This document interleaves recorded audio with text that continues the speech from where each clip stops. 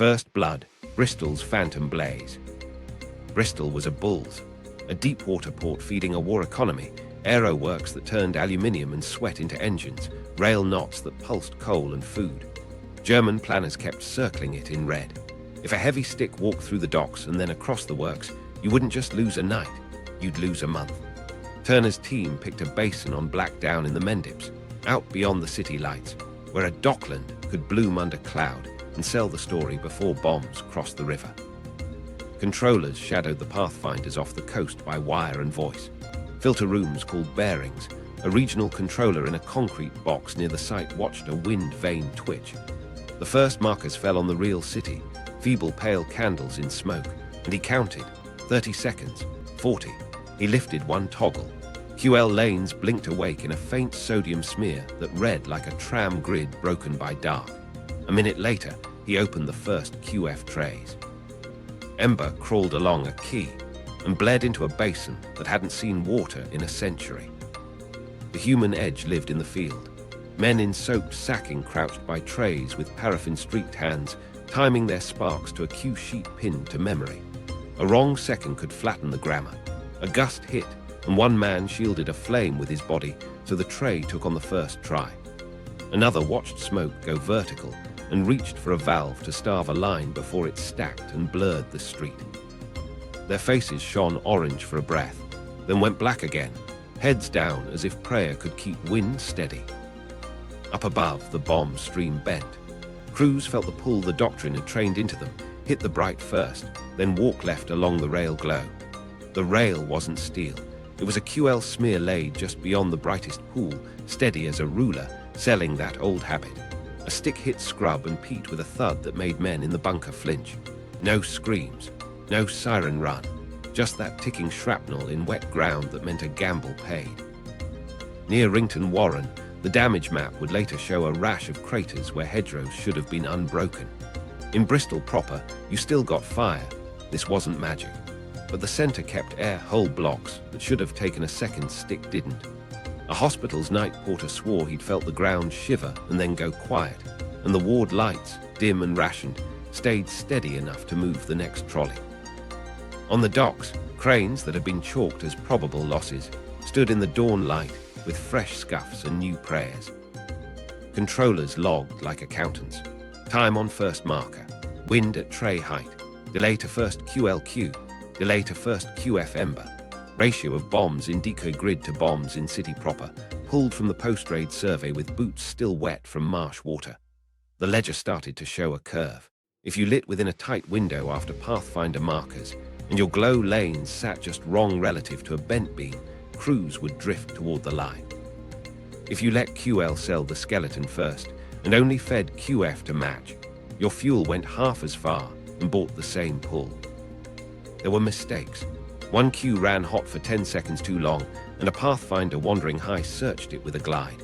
The controller killed the lane, drowned a bright tray with a hiss that steamed the windscreen of the man who'd lit it. A second queue failed to spark, and a dark seam opened where a street should have stitched through. A runner sprinted with a flare to seed a quick white pop that read like a roof failing. It sold enough for the moment. It was marked for redesign by morning. But the pattern held. The first night didn't save a city alone. It saved a run, then a block, then a crane that loaded a ship that left on time. The next raid, the timing tightened. Controllers shaved 5 seconds off one queue, moved a QL rail smear by a yard, and watched the stick bend just a little earlier. Turner's team folded that into the tables, delay bands narrowed, spacing ratios refined. What looked like art from the field became numbers on a page, and those numbers told crews when to take the risk and when to drown a tray. In town, nobody got medals for fields that burned right. The men went home with smoke ground into their hair and pay envelopes stamped drainage. A woman who'd held a field phone to her ear for 3 hours, relaying wind calls and grid letters, bought bread on the way back to a bedsit and slept through her alarm. A dock fitter turned his cap in his hands and said he'd heard them go past, west and south, and stood until he couldn't hear them anymore. After action, the Bristol board in a basement that didn't have a name took 3 new pencil circles and drew them on a marsh. A second board, further up the chain, got a copy without place names, Just times and hits and the quiet math that said the fiction pulled a payload off the works. The lesson wasn't a speech. It was a new cue sheet, a reprinted code list, a shipment of coke that somehow moved under an agricultural stamp. First blood went to a city that didn't exist, and Bristol woke up with bruises instead of broken bones. Scaling the illusion from fields to a network. Proof meant pressure. If one phantom harbor could bend a bomb line, ministers wanted 10, then 20. Turner's phone didn't stop. Cities with docks, plants, tram grids all asked for a shadow twin. The problem wasn't just design, it was weight. Oil, coke, cable, bulbs, detonators, switchgear, every pound had to move under a ledger that never admitted what it was. And winter didn't care. Nights stretched, raids stacked. If the fiction lagged, real brick paid. Standardization saved the pace. Turner's team broke a Starfish into kits, prefabricated trays with standard valves, cable looms cut to fixed lengths, junction boxes with spares in every crate, QL baffle sets labeled only by angle and throw. Control bunkers went modular, squat, two-room cells poured in repeatable molds, with the same field phone jack point, the same wind vane mount, the same toggle layout in code. Crews could step into a new site and know exactly where Yard 3 lived without a single map on the wall. Mobile ignition crews formed. 2 trucks, 8 people, 1 foreman with a cue book and a wristwatch he'd checked against the filter room. They trained by torchlight in hedgerows, flipping dead toggles in rhythm, calling wind at tray height, learning to drown a lane without killing the whole grammar. Shepperton set men toured depots like travelling tutors, holding up baffles and asking, "Too clean, dirtier," drilling the mantra that carried through every county. Sell human imperfection. Make one lamp flicker wrong. Logistics wore a mask. Railway clerks logged coke as aggregate, oil as irrigation supply, cable as temporary pump line. Freight carriages routed to nameless sidings at night, unloaded by men listed as canal workers. Payment shells spread the cost across ministry pockets. No single column showed a city-scale fire that never burned a house.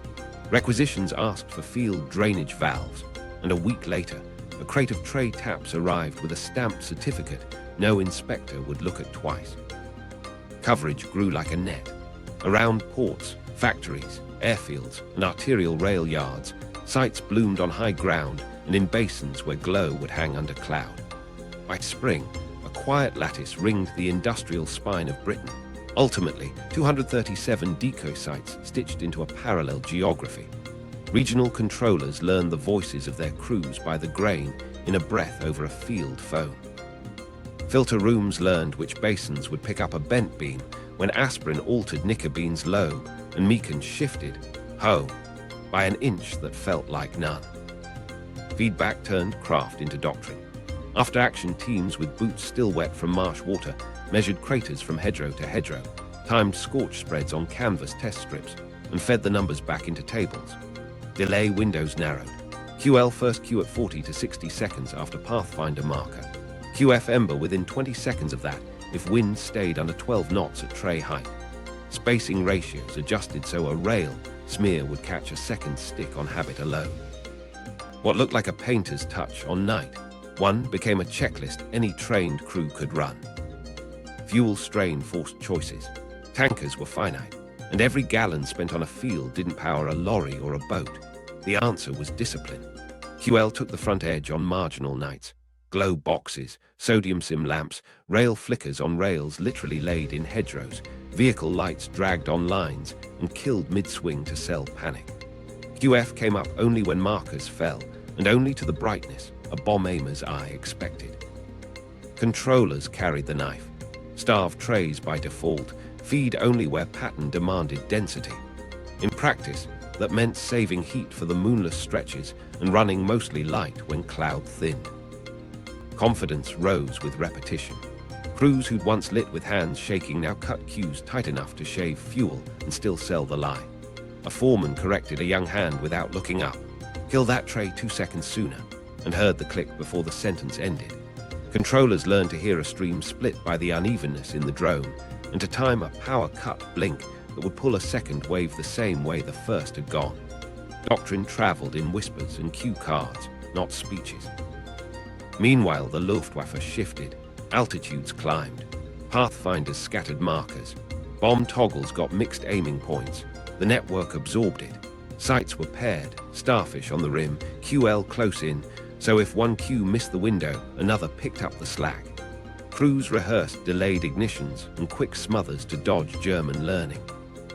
A new trick, dummy mains, pops tied to AA chatter, rolled out on a Tuesday and ran in 3 counties by Friday, logged as field tests under an agricultural stamp. The scale didn't make the lie louder. It made it quieter and more exact. A map in a basement, no names, just grids, showed pencil rings gathering in marsh, heath and fallow field, while cranes, sheds and tram yards opened on schedule. Men and women who never met each other worked the same grammar in Dorset, on the Mendips, outside Portsmouth, along the Tyne. Their only common proof lived in mornings when the city they couldn't afford to lose still clocked on. The network wasn't a wall. It was a soft hand on a bomber's elbow, guiding it a mile wide, again and again, until winter broke. Light without fire, QL sights and the quiet lie. Fuel got tight. Tankers had other wars to feed, and the arithmetic turned cold. Every gallon burned in a tray wasn't moving bread, ore, or shells. Turner's answer wasn't bigger flames, it was quieter lies. QL, special lighting, would sell a city without heat. If QF was punctuation in fire, QL was the sentence you could read through haze. Sodium yellow, ankle high, slightly dirty, with stutters that felt human. Crews opened crates that didn't look like war. Masked bulbs sat behind slotted baffles. Glow boxes were lined with tin and soot to mute the throw. Lenses were tuned to mimic tram sodium and rationed street lamps. A QL lane ran like a whisper, just enough to survive fog and altitude, not enough to show a pathfinder's glass the trick. Shepperton's set men taught the touch. One bulb too clean and you'd betray the whole act. Put a flicker in the 4th. Let the 7th dim like a line hanging off a tired transformer. They laid tram lines, on rails hidden in hedgerows, a slow-moving twinkle that crossed a curve and then died mid-swing, because panic never completes a loop. Vehicle lights mounted on trolleys dragged along cableways blinked, paused, and jittered as if a lorry caught between orders and fear. You could run it all on a generator, D-swear was just for a pump. A QL city breathed in silence. At tray height, there was nothing to feel. Up high through a hood, the glow said hit again, and the hands followed habit. QL worked because it respected training. Bomb aimers learned density, not drama. They looked for a gradient, brighter near works, softer across residential, and for signatures that confirmed they were on the right page. Tram yellows, power flickers, the faint spill off a rail seam. So QL sold those cues and let the brain fill in the heat. One controller joked, not unkindly, that he was setting lines for tired men to color in with bombs. Timing stayed tyrant. QL could go up earlier than QF without burning fuel, but if you lit too soon, you risked teaching. Doctrine settled into a dance. Pathfinders marked. QL snapped into a skeleton within a tight band. QF came up only where the grammar demanded weight. On thin nights, QL ran alone.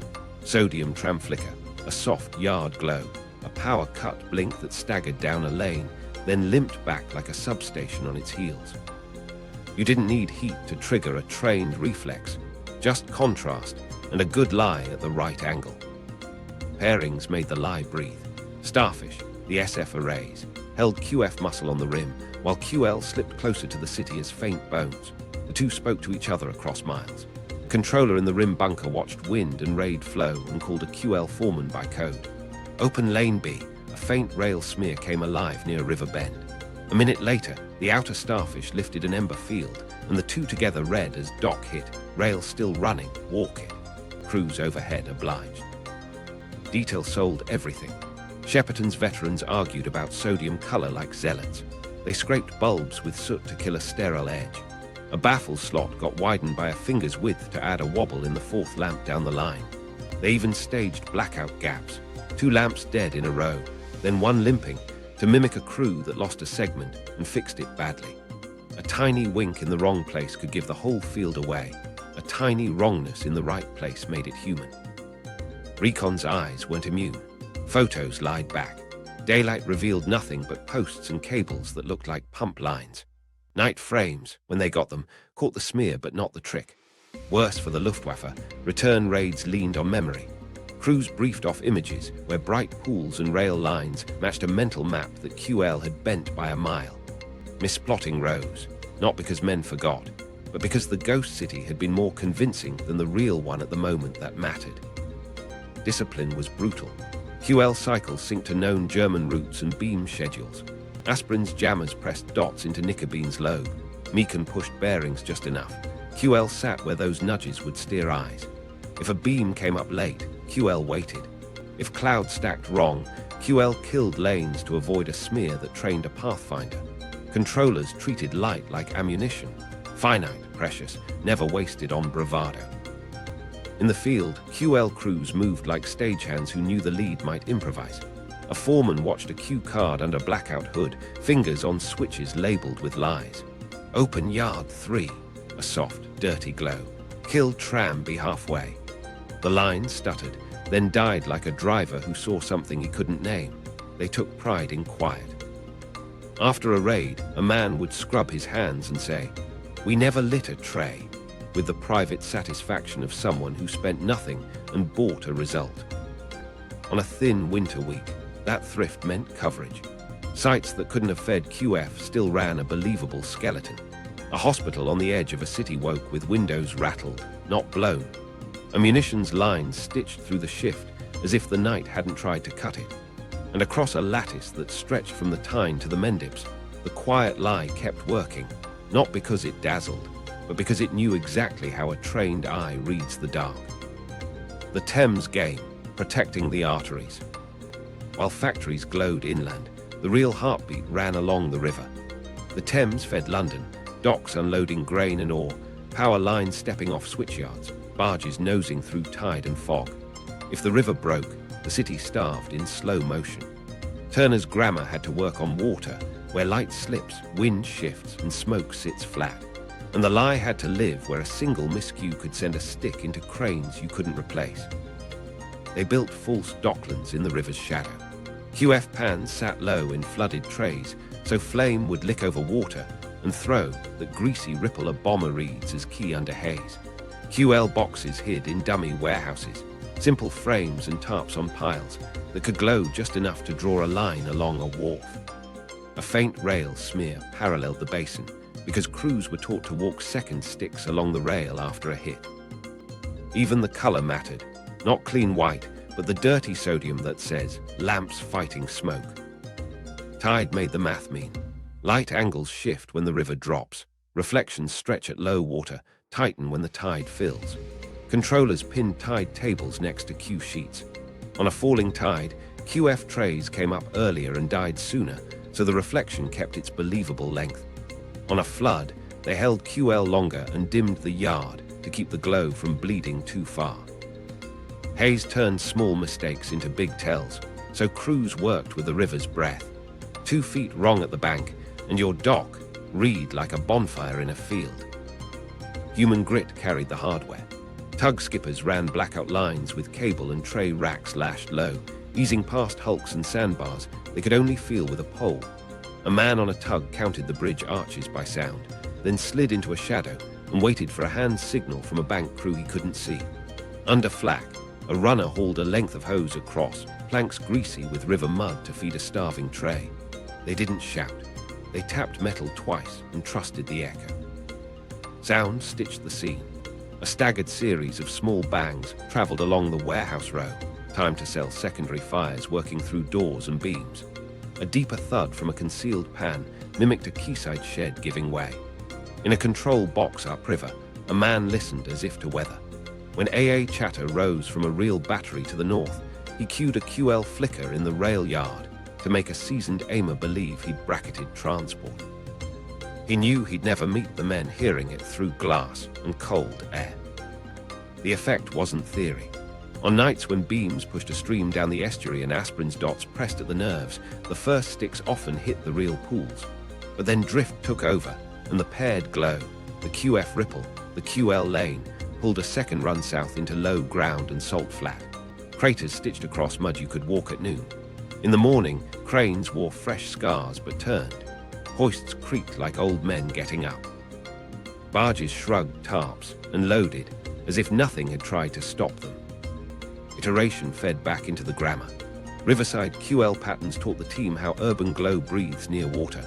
Brighter just inland, softer at the lip, one lamp too far into the black to sell a watchman's mistake.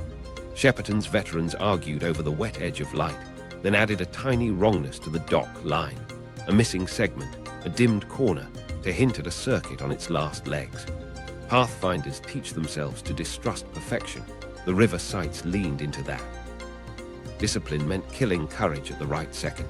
A controller watched smoke begin to stack wrong and eddy off the flood tide, and killed a tray that still had fuel swallowing pride because the smear would read false from altitude. Another night, wind shifted over the bend, carrying ember where it would blur a street. An ignition crew drowned a field halfway through a perfect queue because the river had turned the lens against them. The best lies died clean rather than teach a lesson the enemy could brief on. Unknown to the men in cockpits, their instruments were being nudged into the story. Meacon beacons along the coast pulled bearings just enough that the home axis for a run bit south of truth. Aspirin pressed a dot tone into Nickerbean's lobe so centered, sounded like almost there. The decoy sat right where those errors converged with habit. The dial whispered yes. The glow said good hit. The toggles rose. The tugs rocked under the thud of bombs burying into mud. A night porter at a riverside hospital would later say the panes trembled and then stilled, and he could still read a chart by the rationed bulb in the corridor. A wharfman walked the planks at dawn, hands in his pockets, counting fresh craters in the flats and touching a crane leg as if to check it was real. He didn't know the names for QF or QL. He knew the line held and the river moved.